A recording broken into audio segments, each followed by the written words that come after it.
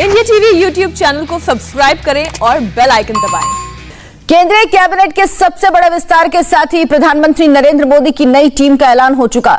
शपथ ग्रहण के बाद मंत्रियों को उनको पोर्टफोलियो अलॉट कर दिए गए। अब आज से नए मंत्री चार्ज लेना शुरू कर देंगे। हम आपको बताएंगे किस मंत्री को कौन सा मंत्रालय मिला, लेकिन सबसे पहले देखिए नए मंत्रिमंडल की तस्वीर क्या बन रही है। यह है पीएम मोदी की नई टीम।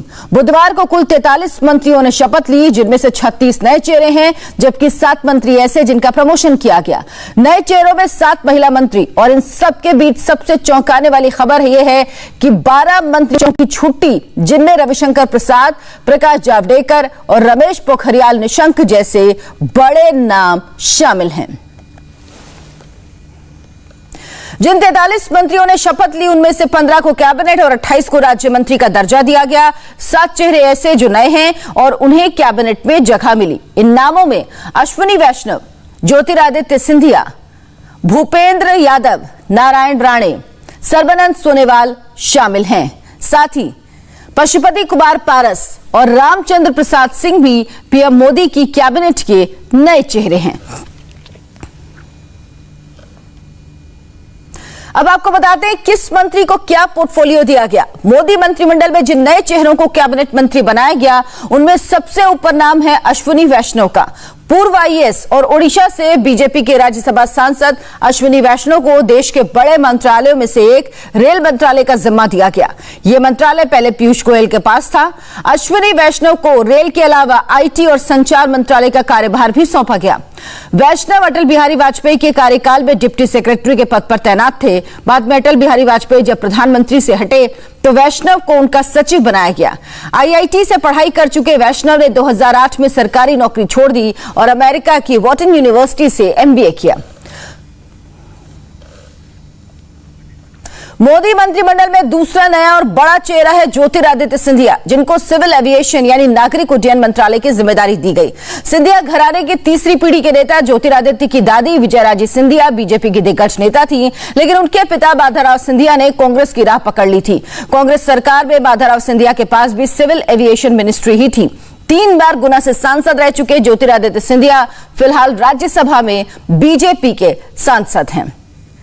मोदी कैबिनेट में नए चेहरों में बड़ा नाम भूपेंद्र यादव का। भूपेंद्र यादव अब तक बीजेपी के लिए संगठन में रहते हुए चुनावी बिसात बिछाते थे और अब कैबिनेट में उन्हें पर्यावरण मंत्रालय का पोर्टफोलियो मिला। साथ में श्रम मंत्रालय की जिम्मेदारी भी दी गई। पार्टी में अमित शाह के साथ काम कर चुके भूपेंद्र यादव बीजेपी की संगठनात्मक रणनीतियां तय करने में माहिर माने जाते हैं।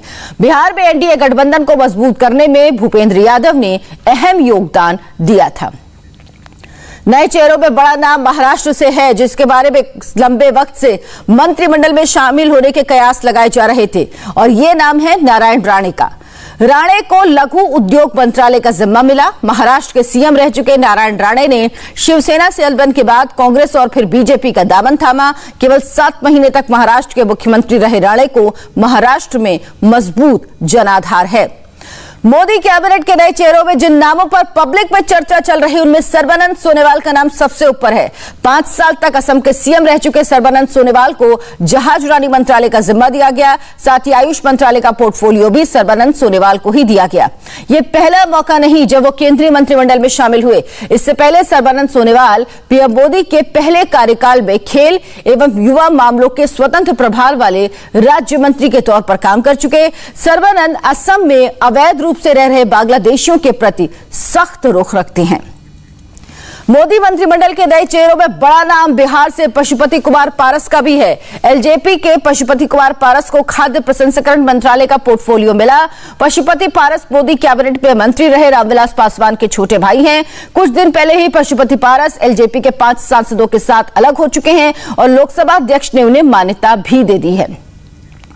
मोदी मंत्रिमंडल के नए चेहरों में सहयोगी पार्टियों से भी कैबिनेट में मंत्री हैं। जेडीयू कोटे से रामचंद्र प्रसाद सिंह को मंत्री बनाया गया।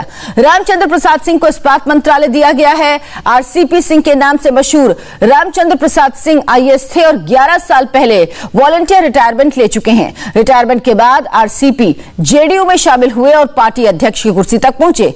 नीतीश कुमार के बेहद भरोसेमंद माने जाने वाले आरसीपी फिलहाल राज्यसभा सांसद हैं। कैबिनेट विस्तार में 7 ऐसे नाम जिनका प्रमोशन किया गया। ये मंत्री पहले भी मंत्रिमंडल में शामिल थे, लेकिन इस बार इन्हें अपने काम का इनाम मिला और इन्हें कैबिनेट रैंक दिया गया। जिन मंत्रियों का प्रमोशन किया गया उनके नाम है किरण रिजिजू, अनुराग ठाकुर, आर.के. सिंह, मनसुख मंडाविया, पुरुषोत्तम रूपाला, जी किशन रेड्डी और हरदीप सिंह पुरी। सबसे पहले बात किरण रिजिजू की करते हैं, जो अब तक खेल और युवा मामलों के स्वतंत्र प्रभार के राज्य मंत्री थे। अब उन्हें कानून मंत्रालय का जिम्मा दिया गया। अब तक यह मंत्रालय रविशंकर प्रसाद के पास था। किरण रिजिजू दिल्ली यूनिवर्सिटी से लॉ ग्रेजुएट हैं। अनुराग ठाकुर अब तक वित्त मंत्रालय में राज्य मंत्री थे। अब उन्हें सूचना एवं प्रसारण मंत्रालय के साथ साथ खेल और युवा मामलों का कैबिनेट मिनिस्टर बनाया गया।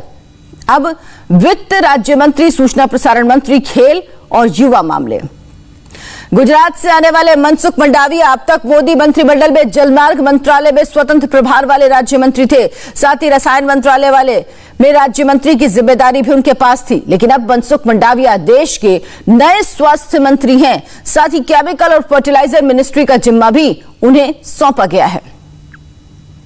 अब तक गृह मंत्रालय में राज्य मंत्री के तौर पर काम कर रहे जी किशन रेड्डी का भी प्रमोशन हुआ। जी किशन रेड्डी को सांस्कृतिक मंत्री, पर्यटन मंत्री और नॉर्थ ईस्ट इलाकों के विकास का मंत्री बनाया गया। जी किशन रेड्डी सिकंदराबाद लोकसभा सीट से सांसद हैं और आंध्र प्रदेश भाजपा अध्यक्ष भी रह चुके हैं। 1974 बैच के आईएफएस हरदीप सिंह पुरी को भी अपने काम की बदौलत कैबिनेट मंत्री के तौर पर प्रमोशन मिला। अब तक स्वतंत्र प्रभार के राज्य मंत्री के तौर पर उन्होंने शहरी विकास और नागरिक उड्डयन मंत्रालय की जिम्मेदारी संभाली। अब हरदीप सिंह पुरी को पेट्रोलियम मंत्री बनाया गया। साथ ही शहरी विकास मंत्रालय का जिम्मा भी हरदीप सिंह पुरी के पास ही रहेगा। नागरिक उड्डयन, पेट्रोलियम मंत्री, राज्य मंत्री, स्वतंत्र प्रभार। गुजरात से आने वाले राज्यसभा सांसद पुरुषोत्तम रूपाला अभी तक कृषि एवं किसान कल्याण राज्य मंत्री के तौर पर काम कर रहे थे। अब उन्हें मत्स्य, पशुपालन और डेयरी मंत्रालय का कैबिनेट मंत्री बनाया गया है। एक और बड़ा प्रमोशन है आर.के. सिंह का, जो अभी तक स्वतंत्र प्रभार के ऊर्जा मंत्री के तौर पर काम कर रहे थे। अब उन्हें ऊर्जा मंत्रालय का कैबिनेट मिनिस्टर बनाया गया। साथ ही रिन्यूएबल एनर्जी का मंत्रालय भी देखना होगा। प्रधानमंत्री नरेंद्र मोदी ने अपने कैबिनेट विस्तार में जिस एक राज्य को सबसे ज्यादा तरजीह दी वो उत्तर प्रदेश है। इसकी वजह है उत्तर प्रदेश में अगले साल होने वाले विधानसभा चुनाव। केंद्रीय कैबिनेट में प्रधानमंत्री ने उत्तर प्रदेश का कितनी तरजीह दी है ये आपको समझाते हैं। इस बात का अंदाजा आप इससे लगाइए कि कल शाम जिन मंत्रियों को शपथ दिलाई गई उनमें से 7 उत्तर प्रदेश से हैं। खास बात यह है कि यूपी से बनाए गए मंत्रियों के लिए जातिगत समीकरणों का भी खूब ध्यान रखा गया। अगर नए मंत्रियों के साथ पुराने मंत्रियों की संख्या को जोड़ा जाए तो इस वक्त मोदी मंत्रिमंडल में यूपी से कुल 16 मंत्री हैं। खुद प्रधानमंत्री नरेंद्र मोदी भी उत्तर प्रदेश से ही सांसद हैं। सरकार में नंबर 2 की पोजीशन पर राजनाथ सिंह, वो भी यूपी से हैं। इसके बाद स्मृति ईरानी, वो भी यूपी के अमेठी से सांसद हैं। मुख्तार अब्बास नकवी भी यूपी से हैं। हरदीप सिंह पुरी यूपी से राज्यसभा सांसद हैं। उत्तर प्रदेश से पिछड़े वर्ग के 3 नेताओं को मोदी मंत्रिमंडल में जगह दी गई। इनमें अनुप्रिया पटेल, पंकज चौधरी और बीएल वर्मा शामिल हैं। अनुप्रिया पटेल और बीएल वर्मा कुर्मी जाति के हैं, जबकि पंकज चौधरी लोध जाति के हैं। इसी तरह यूपी के 3 दलित नेताओं को भी मंत्री पद की शपथ दिलाई गई। इनमें डॉक्टर सत्यपाल सिंह बघेल, भानु प्रताप सिंह वर्मा और कौशल किशोर शामिल हैं। भानु प्रताप वर्मा कोयरी हैं, जबकि कौशल किशोर पासी जाति के हैं। कहा जा रहा है कि उत्तर प्रदेश में ब्राह्मण योगी सरकार से नाराज हैं, लिहाजा मोदी मंत्रिमंडल में ब्राह्मण नेता को भी जगह दी गई है। लखीमपुर खीरी से सांसद अजय कुमार मिश्रा को मंत्री बनाया गया। केंद्रीय मंत्री बनने पर अपना दल की सांसद अनुप्रिया पटेल ने खुशी जताई और कहा है कि मंत्री बनने के बाद वो पिछड़ों और वंचितों की आवाज उठाती रहेंगी। अपना दल और भारतीय जनता पार्टी का उत्तर प्रदेश में जो राजनीतिक गठबंधन है उसे जनता पसंद भी करती है, उसे वोट करती है और हमें बार बार जनता की सेवा करने का अवसर भी देती है। तो इसलिए मेरा यही कहना है कि अपना दल एक सहयोगी के रूप में जिस प्रकार भारतीय जनता पार्टी के साथ मिलकर प्रदेश की जनता की सेवा करता आया है, आगे भी अब मंत्री परिषद में भागीदारी के बाद भी हमारी यही कोशिश होगी कि जिस वंचित, पिछड़े, शोषित, दलित, कमजोर समाज के लिए आवाज उठाने का काम अपना दल इतने वर्षों तक करता आया है, हम उसी को आगे बढ़ाएंगे। अब आपको दिखाते हैं कि यूपी से मंत्री पद की शपथ लिए 7 नए मंत्रियों के पास क्या प्रभार है। अनुप्रिया पटेल को कॉमर्स एंड इंडस्ट्री राज्य मंत्री बनाया गया। पंकज चौधरी को वित्त राज्य मंत्री बनाया गया। बीएल वर्मा को नॉर्थ ईस्ट डेवलपमेंट राज्य मंत्री बनाया गया। एसपी सिंह बघेल को लॉ एंड जस्टिस राज्य मंत्री बनाया गया। भानु प्रताप सिंह वर्मा को एमएसएमई राज्य मंत्री बनाया गया। कौशल किशोर को हाउसिंग एंड अर्बन अफेयर्स राज्य मंत्री बनाया गया। अजय कुमार मिश्रा को गृह राज्य मंत्री बनाया गया है। उत्तर प्रदेश के बाद सबसे ज्यादा मंत्री गुजरात से बने। गुजरात के असेंबली इलेक्शन अगले साल के आखिर में होने हैं, इसीलिए मोदी ने गुजरात की सियासत को भी ध्यान में रखा। कल जिन नेताओं को मंत्री बनाया गया उनमें 5 गुजरात के हैं। इनमें पुरुषोत्तम रूपाला, मनसुख मंडाविया तो पहले से नरेंद्र मोदी की सरकार में मंत्री थे, लेकिन पहले वो राज्य मंत्री थे। अब कैबिनेट मंत्री के तौर पर दोनों का प्रमोशन हुआ। मनसुख मंडाविया को डॉक्टर हर्षवर्धन की जगह जहां स्वास्थ्य मंत्री बनाया गया, वहीं पुरुषोत्तम रूपाला को मत्स्य पशुपालन और डेयरी मंत्रालय की अहम जिम्मेदारी दी गई। इनके अलावा गुजरात से 3 और नेताओं को भी मोदी कैबिनेट विस्तार में अहम जिम्मेदारी दी गई। इनमें डॉक्टर मंजू पारा महेंद्र भाई महिला व बाल विकास राज्य मंत्री का दर्जा मिला है। देवू सिंह चौहान को संचार राज्य मंत्रालय का प्रभार मिला और गुजरात से बीजेपी की महिला सांसद दर्शना जरदोश को कपड़ा और रेल जैसे 2 अहम मंत्रालय में राज्य मंत्री की जिम्मेदारी मिली है। मोदी कैबिनेट विस्तार में प्रमोट हुए पुरुषोत्तम रूपाला और मनसुख मंडाविया दोनों ही नेता गुजरात के प्रभावशाली पाटीदार समाज से आते हैं। गुजरात में 15% पाटीदार समाज के लोग हैं। इनमें भी 55 कड़वा पटेल और 45% लेउआ पटेल हैं। इनके अलावा महेंद्र भाई मुंजपारा, देवू सिंह चौहान और दर्शना विक्रम जारदोश का भी मंत्री बनाया गया है। तीनों नेता ओबीसी समुदाय से आते हैं। महेंद्र भाई मंजूपारा कोली समाज को रिप्रेजेंट करते हैं। गुजरात में 14 से 15% कोली समाज के लोग मौजूद हैं। देवू सिंह चौहान क्षत्रिय ओबीसी हैं जो गुजरात में 12% हैं और दर्शना विक्रम जरदोश दर्जी समाज से आते हैं। कुल मिलाकर गुजरात में 40% आबादी ओबीसी समाज की है। और केंद्रीय मंत्रिमंडल के विस्तार के साथ एलजेपी के अंदर महीने भर से चल रही चाचा भतीजे की लड़ाई और तेज हो गई। इधर चाचा पशुपति कुमार पारस मोदी मंत्रिमंडल में शामिल किए गए। उधर भतीजा चिराग पासवान ने यह कहते हुए दिल्ली हाईकोर्ट का दरवाजा खटखटा दिया कि पशुपति पारस कैसे हो सकते हैं एलजेपी संसदीय दल के नेता, उन्हें तो पार्टी से निकाला जा चुका है। पशुपति कुमार पारस ईश्वर की शपथ लेता हूं कि मैं विधि द्वारा स्थापित भारत के संविधान के प्रति सच्ची श्रद्धा और निष्ठा रखूंगा।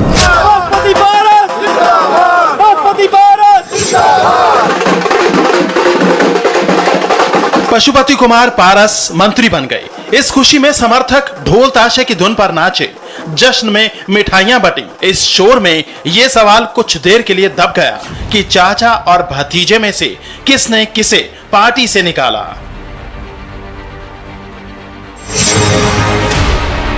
ये कंफ्यूजन पिछले 1 महीने से लोकसभा स्पीकर से लेकर चुनाव आयोग तक में बाकी है। फैसला अभी हुआ नहीं है। चिराग कहते हैं पार्टी सर्वसम्मति से चाचा पशुपति को निष्कासित कर चुकी है, तो पशुपति कुमार पारस कहते हैं कि भतीजे की दलील में दम नहीं, क्योंकि 5 सांसद उनके साथ हैं। पशुपति कुमार पारस ईश्वर की शपथ लेता हूं कि मैं विधि द्वारा स्थापित भारत के संविधान के प्रति सच्ची श्रद्धा और निष्ठा रखूंगा। पशुपति कुमार पारस इसी दलील के साथ पहले लोकसभा में एलजेपी संसदीय दल के नेता करार दिए गए। चिराग को तभी से चैन नहीं। अब चाचा उसी दलील के साथ मंत्री बन गए तो बात चुभन की हद से आगे बढ़ गई। मोदी के स्वघोषित अनुमान का अपमान हो गया।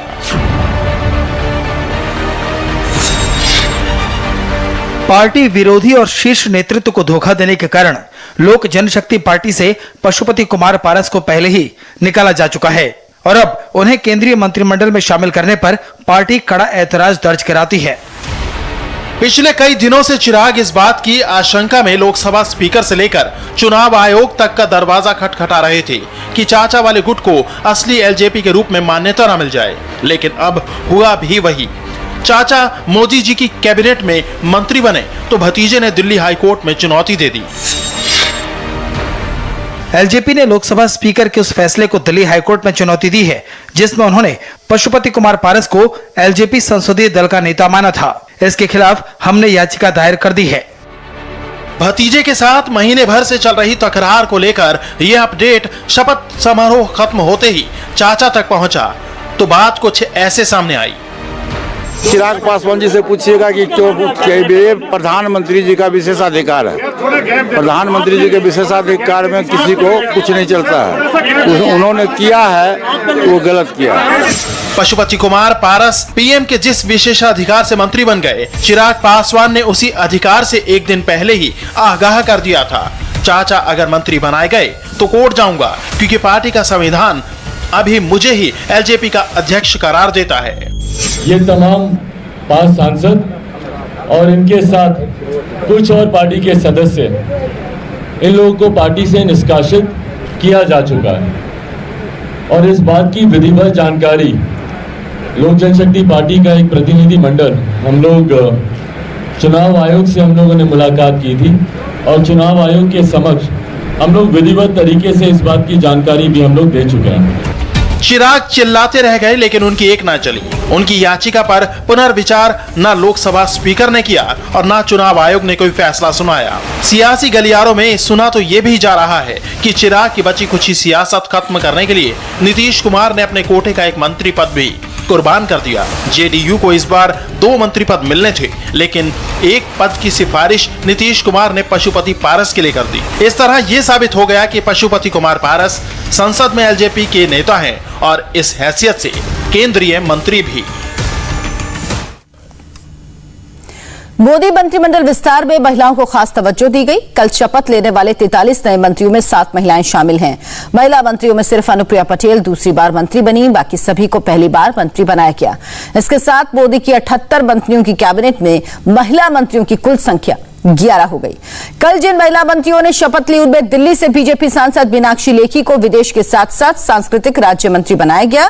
अपना दल एस की अनुप्रिया पटेल को वाणिज्य और उद्योग राज्य मंत्री, कर्नाटक के उडुपी से बीजेपी सांसद शोभा करंदलाजे को कृषि राज्य मंत्री, झारखंड से बीजेपी की सांसद अन्नपूर्णा देवी को शिक्षा राज्य मंत्री, त्रिपुरा वेस्ट से सांसद प्रतिमा भौमिक को सामाजिक न्याय राज्य मंत्री, महाराष्ट्र के डिंडौरी से सांसद भारती प्रवीण पवार को स्वास्थ्य राज्य मंत्री, सूरत से बीजेपी सांसद दर्शना विक्रम जरदोश को रेलवे और टेक्सटाइल मिनिस्टर का राज्य मंत्री बनाया गया है। शपथ ग्रहण समारोह के बाद वित्त मंत्री निर्मला सीतारमण ने ट्विटर पर 2 तस्वीरें पोस्ट की। इनमें से पहली तस्वीर में शपथ लेने वाली महिला मंत्री शामिल हैं, जबकि दूसरी तस्वीर में बीजेपी अध्यक्ष जेपी नड्डा भी नजर आ रहे। इस तस्वीर में निर्मला सीतारमण, स्मृति ईरानी के अलावा दर्शना जरदोश, प्रतिमा भौमिक, शोभा करंदलाजे, भारती पवार, मीनाक्षी लेखी, अनुप्रिया पटेल और अन्नपूर्णा देवी शामिल हैं। तो प्रधानमंत्री नरेंद्र मोदी ने अपनी नई टीम बना ली। इस टीम को पहले अगले साल होने वाले राज्य विधानसभा चुनावों की जिम्मेदारी देनी होगी, साथ ही उन्हें 2024 का टारगेट भी पूरा करना होगा। आपको बताते हैं कि अब मोदी कैबिनेट कैसी दिख रही है। अश्विनी वैष्णव रेल मंत्री हैं, ज्योतिरादित्य सिंधिया सिविल एविएशन, भूपेंद्र यादव पर्यावरण और श्रम मंत्रालय, नारायण राणे लघु उद्योग मंत्री, सर्बानंद सोनोवाल शिपिंग मंत्रालय, पशुपति पारस फूड प्रोसेसिंग, रामचंद्र प्रसाद सिंह इस्पात मंत्री। तो ये देखिए, ये मोदी कैबिनेट है। किसको कौन सा मंत्रालय मिला है ये आप समझिए। मीनाक्षी लेखी विदेश राज्य मंत्री, अनुप्रिया पटेल वाणिज्य और उद्योग राज्य मंत्री, शोभा करंदलाजे कृषि राज्य मंत्री बनाई गई हैं। तो ये देखिए, ये तस्वीर है मोदी कैबिनेट की। इसके अलावा भारती प्रवीण पवार हैं, दर्शना जरदोश हैं। ये हैं वो महिला चेहरे जो मोदी मंत्रिमंडल में शामिल किए गए हैं। ये 7 वो नाम हैं जिनको जगह मिली है मंत्रिमंडल में।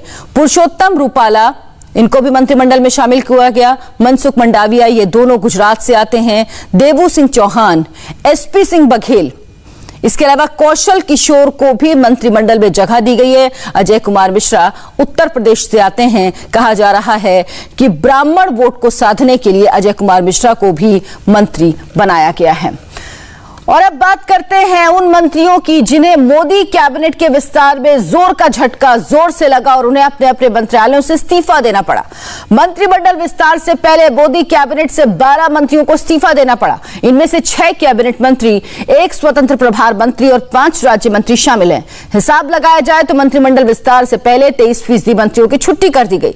12 इस्तीफों में से 4 सीनियर कैबिनेट मंत्रियों के नामों ने सबको चौंका दिया। ये नाम है रविशंकर प्रसाद, प्रकाश जावड़ेकर, डॉक्टर हर्षवर्धन और रमेश पोखरियाल निशंक, इन चारों मंत्रियों को हैवीवेट माना जाता था और चारों के पास कई मंत्रालय थे। रविशंकर प्रसाद के पास कानून मंत्रालय के अलावा इंफॉर्मेशन टेक्नोलॉजी मंत्रालय था। प्रकाश जावड़ेकर के पास सूचना प्रसारण मंत्रालय के अलावा पर्यावरण मंत्रालय का प्रभार भी था। डॉक्टर हर्षवर्धन स्वास्थ्य मंत्री और रमेश पोखरियाल निशंक शिक्षा मंत्री थे, लेकिन इस्तीफा देना पड़ा। इस्तीफा देने के बाद चारों मंत्रियों ने सोशल मीडिया पर अपना प्रोफाइल भी बदल लिया। इन चारों बड़े नामों के अलावा 8 दूसरे मंत्रियों में डीवी सदानंद गौड़ा शामिल हैं। गौड़ा रसायन उर्वरक मंत्री हैं। इनके अलावा संतोष गंगवार जो श्रम मंत्री थे, उन्हें भी इस्तीफा देना पड़ा। पर्यावरण राज्य मंत्री बाबुल सुप्रियो के इस्तीफे ने भी सबको चौंका दिया। संजय धोत्रे को शिक्षा राज्य मंत्री थे। देवोश्री चौधरी जो महिला और बाल विकास राज्य मंत्री थी। रतनलाल कटारिया जल शक्ति राज्य मंत्री थे। पशुपालन, डेयरी, मत्स्य पालन राज्य मंत्री प्रताप सारंगी भी इस्तीफा देने वालों की लिस्ट में थे। इन नामों के साथ साथ सामाजिक न्याय मंत्री रहे थावरचंद गहलोत की सम्मानजनक विदाई हुई। उन्हें कर्नाटक का राज्यपाल बनाया गया। मोदी 2.0 के मंत्रिमंडल का विस्तार हो गया। इस विस्तार के बाद नवनियुक्त मंत्रियों के विभाग का बंटवारा भी हो गया। नए मंत्री आज से अपना पदभार भी संभालेंगे, लेकिन कल मोदी कैबिनेट के विस्तार से पहले कई मंत्रियों के विभाग बदल दिए गए, कई मंत्रियों से विभाग छीन भी लिए गए। केंद्रीय मंत्री स्मृति ईरानी को कपड़ा मंत्रालय से हटाया गया। अब स्मृति के पास केवल महिला बाल विकास मंत्रालय रह गया। इसी तरह पीयूष गोयल की भी जिम्मेदारी कम करने के साथ साथ नए विभाग की जिम्मेदारी दी गई।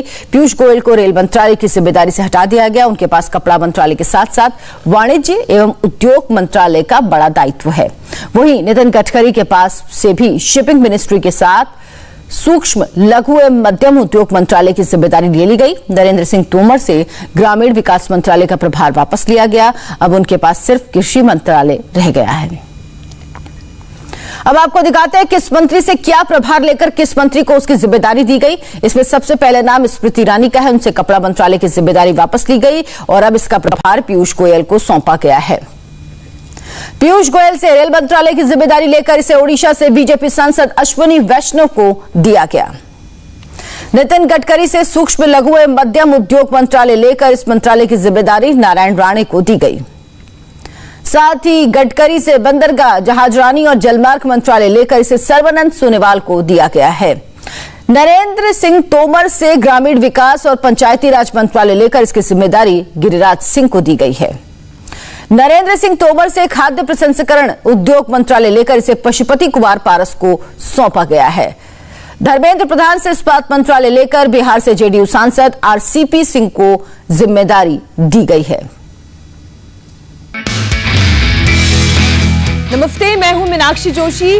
वीडियो और खबरों से अपडेट रहने के लिए India TV YouTube channel subscribe करें, बेल आइकन दबाना ना भूलें। जुड़े रहें इंडिया टीवी के साथ।